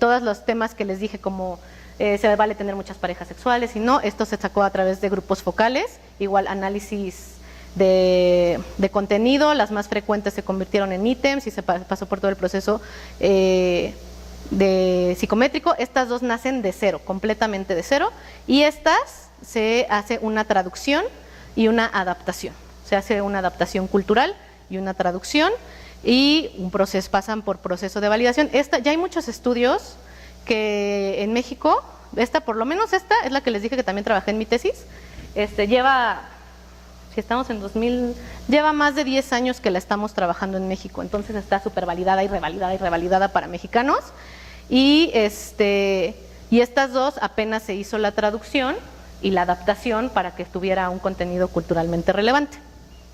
Y de todo eso hay datos, números y acceso a las escalas. Estas 2 ya están las publicaciones disponibles, tanto para su uso como aplicación y todos sus indicadores psicométricos, y estas están en proceso. Hasta acá. Muchas gracias. ¿Alguien más tiene?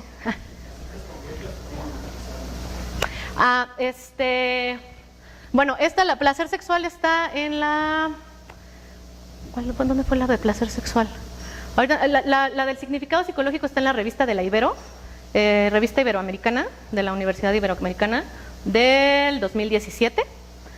Está una parte del estudio, todavía no está todo. Y la de las premisas teórico-socioculturales, con mi nombre, Trejo y Díaz Lobin. 16, 17 y 18, más o menos son las fechas. La de premisas teórico-socioculturales está en la acta peruana, y es del 2016, igual, con mi apellido la encuentran. Y estas están en proceso de evaluación en algunas revistas, la que acepte primero, ahí se queda. Y bueno, estas son algunas de las... Si no, en mi tesis de doctorado está todo, díganme y se las paso. En mayo, la última semana de mayo, va a haber una consulta sobre placer sexual internacional. El problema es que todo el mundo habla inglés. Entonces, ¿alguna la han puesto en inglés? Sí, de hecho, algunos de estos están, de hecho, la de facilitadores e inhibidores, la escala como tal, ha estado en trabajo. Cuando estuve en el doctorado, ustedes han trabajado con la gente de Widener, sí. Con Citron, Justin Citron. Estuve con todos ellos en el 2016 trabajando, me fui a Filadelfia a hacer mi estancia de investigación con ellos, y justo con la que era mi tutora, esta Brooke Wells, Con ella es con quien empezamos a construir la escala, se hizo toda la validación y estamos justamente en el proceso de publicación con ella, y ese se está haciendo en inglés. Entonces, sí hay mucha información en inglés. Y el trabajo de por lo menos las 2 primeras dimensiones lo hice cuando estaba en Filadelfia, entonces mucho de ese trabajo está en inglés.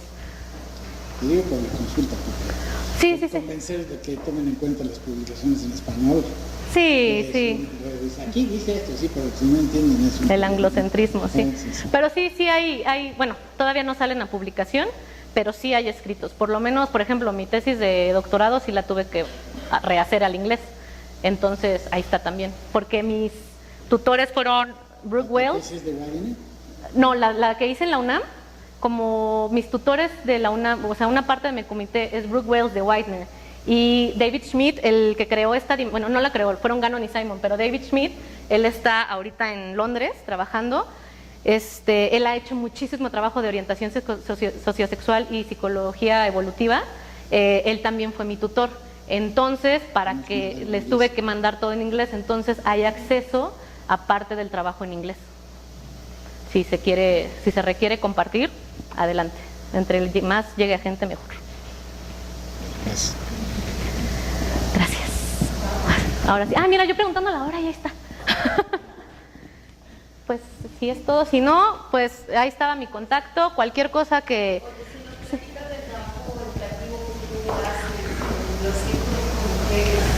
Sí, sí. Digo, nos das una idea general de pues esto que defines como es una espiral, pero exactamente en qué o cómo se construye este modelo. Este modelo se construye justamente a partir de tener indicadores que la investigación nos lanza. En realidad, temas de sexualidad, también me formé con Betty Dodson, no sé si alguien la ubica, sexóloga especializada en masturbación en Nueva York, este año cumple 90 años. Entonces, con ella fui a formarme, a certificarme en talleres de masturbación. Ella, siempre que hablo de placer lo enfatizo, ella y Juan Carlos Hernández Mejijueiro son mis bases, mis piedras angulares para empezar a hablar de placer sexual. Y ellos me abren este mundo del placer y empiezo a entender sus diferentes dimensiones y a responder muchas preguntas que yo antes no había encontrado en ninguna literatura. Y entonces me empiezo a acercar como a decir, fíjate que acabo de descubrir esto, ¿por qué nadie me lo dijo? Y a partir de, y son 2 procesos que hago al mismo tiempo que me formo con Betty, empiezo el doctorado. Y conozco a Juan Carlos, entonces se construye todo esto al mismo tiempo y a la vez conforme, que creo que es lo más importante de la investigación. Yo soy una investigadora apasionada, amo la estadística, pero al final de nada nos sirve si se queda en el ámbito académico. Y si nos quedamos en discursos de, claro, porque la sexualidad y nosotros somos superior, no. Tenemos que llevarlo a las comunidades, tenemos que transformarlo a lenguajes, no bajarlo del lenguaje porque ninguno estamos arriba. Tenemos que dar un lenguaje que se adapte a la realidad de todos y todas. Entonces, empiezo a formar grupos psicoeducativos de mujeres donde se toman, de acuerdo a todo lo que va saliendo y todo lo que voy aprendiendo con Betty, con Juan Carlos, se van haciendo pilares que son básicos para la construcción de la autonomía sexual. Entonces, se desarrollan los círculos de autoconciencia sexual, inspirados en los círculos de autoconciencia que se daban durante los años 60, durante la segunda ola del feminismo. Nos reunimos mujeres a hablar sobre las lecturas, sobre videos, sobre películas, sobre no lo que aprendí, sino qué me mueve a mí, qué conecta esto con mi experiencia. Aquí tenemos a algunas, gracias a Katia que me invitó, a Pau, a Eva, que hemos compartido muchísimo conocimiento y que al final esta investigación-acción se va construyendo no solo con mi experiencia, sino con todo lo que la gente está contestando en los cuestionarios, en los grupos focales, en las entrevistas, todo lo que voy, comparto con las mujeres a nivel de calle y regreso para reformular mi investigación.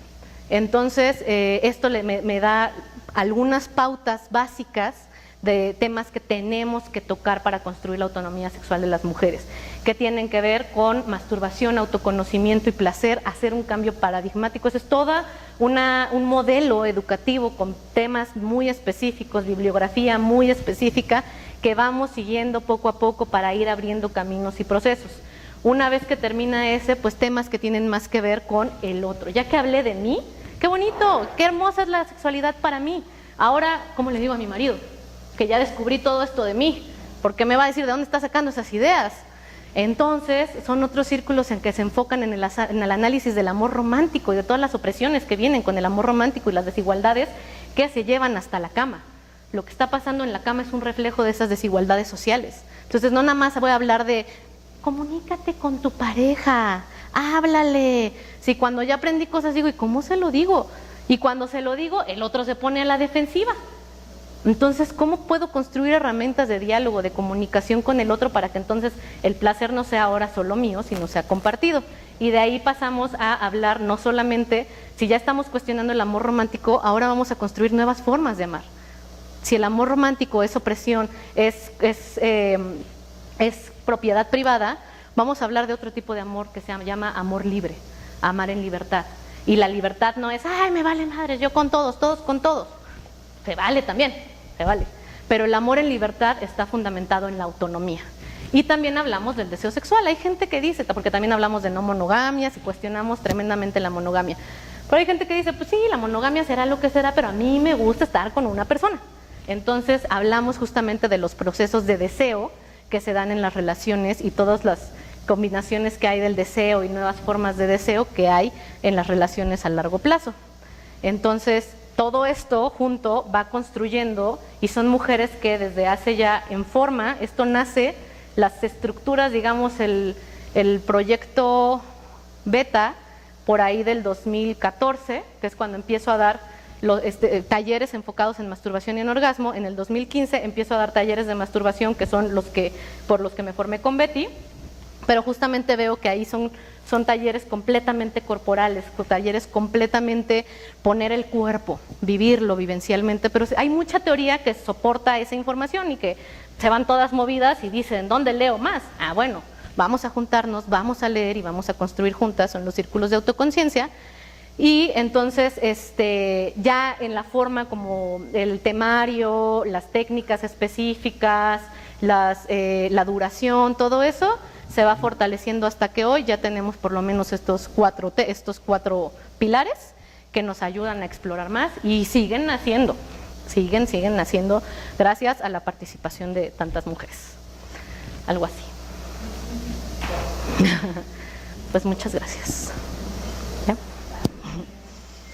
Le mando un aplauso, por favor. Ya no sé cómo salirme de...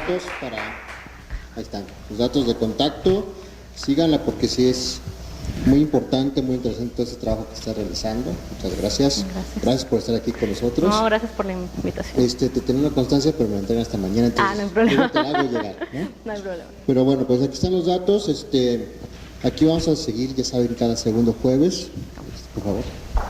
Cada segundo jueves vamos a estar aquí con nuevos temas. Queremos estarles como, ya saben, teniéndoles ya todo listo. Déjenme aquí les anuncio la siguiente. ¿Qué pasa acá? Ayúdenme a ver. Bien. Bueno, voy a abrirles la imagen de la siguiente sesión, pero se me perdió, está ahí en el escritorio, porfa. Si puedes abrir el escritorio, más que me perdí. Pero antes de empezar la siguiente sesión, por ahí échenle, por favor.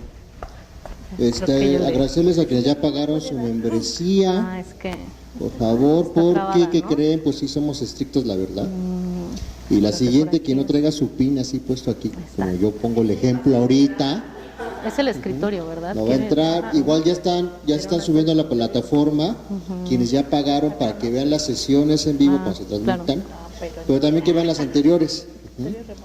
Y cabe mencionar que yo creo que este fin de semana, quienes ya pagaron, les vamos a enviar las presentaciones, si no todas, casi todas de las que se han hecho ahorita, y por ahí un par de libritos que les no sirven comparten más. quienes vinieron a las sesiones de los jueves. Entonces quienes ya pagaron, pues hay beneficios, porque luego dicen que no, sí hay beneficios, y va a haber más beneficios. Entonces, de una vez, por favor, ahí está, ya saben, Carmen esperando ansiosa a que depositen, paguen.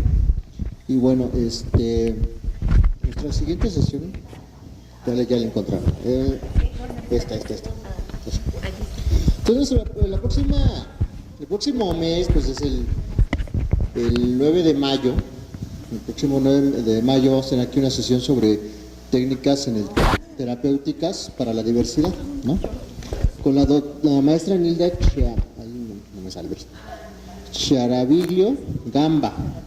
Ella es maestra en terapia familiar y aparte tiene un máster de sexología, orientación y terapia sexual ahí en el INEFOC España. Entonces va a estar muy interesante porque va a ser ya muy práctico el asunto, o sea, ya llevarnos como cositas para aplicar. Aquí ya vamos a estar, ya saben, va a ser el jueves 9 de mayo a las 8 de la tarde. Aquí lo esperamos bien lindos y todo, con comida, ya saben. Y recordarles también el curso de actualización trans, es unos días antes, el sábado 4 de mayo. Ya saben cómo son los cursos de actualización aquí, son todo el día, nos damos un encerrón y hasta que el cuerpo ya no da más. El costo es de 1,400, no hay descuentos, aunque me rueguen, aunque digan, no hay descuentos, ¿no? Pero incluye alimentos, entonces aquí no se preocupen, aquí vamos a estar ya listos, ya están las inscripciones abiertas, igual ya saben, pueden depositar o pasar aquí directamente a pagar. Y pues aquí estamos con la cena, adelante, sírvanse. Muchas gracias por estar aquí, muchas gracias a nuestra ponente. Buenas noches.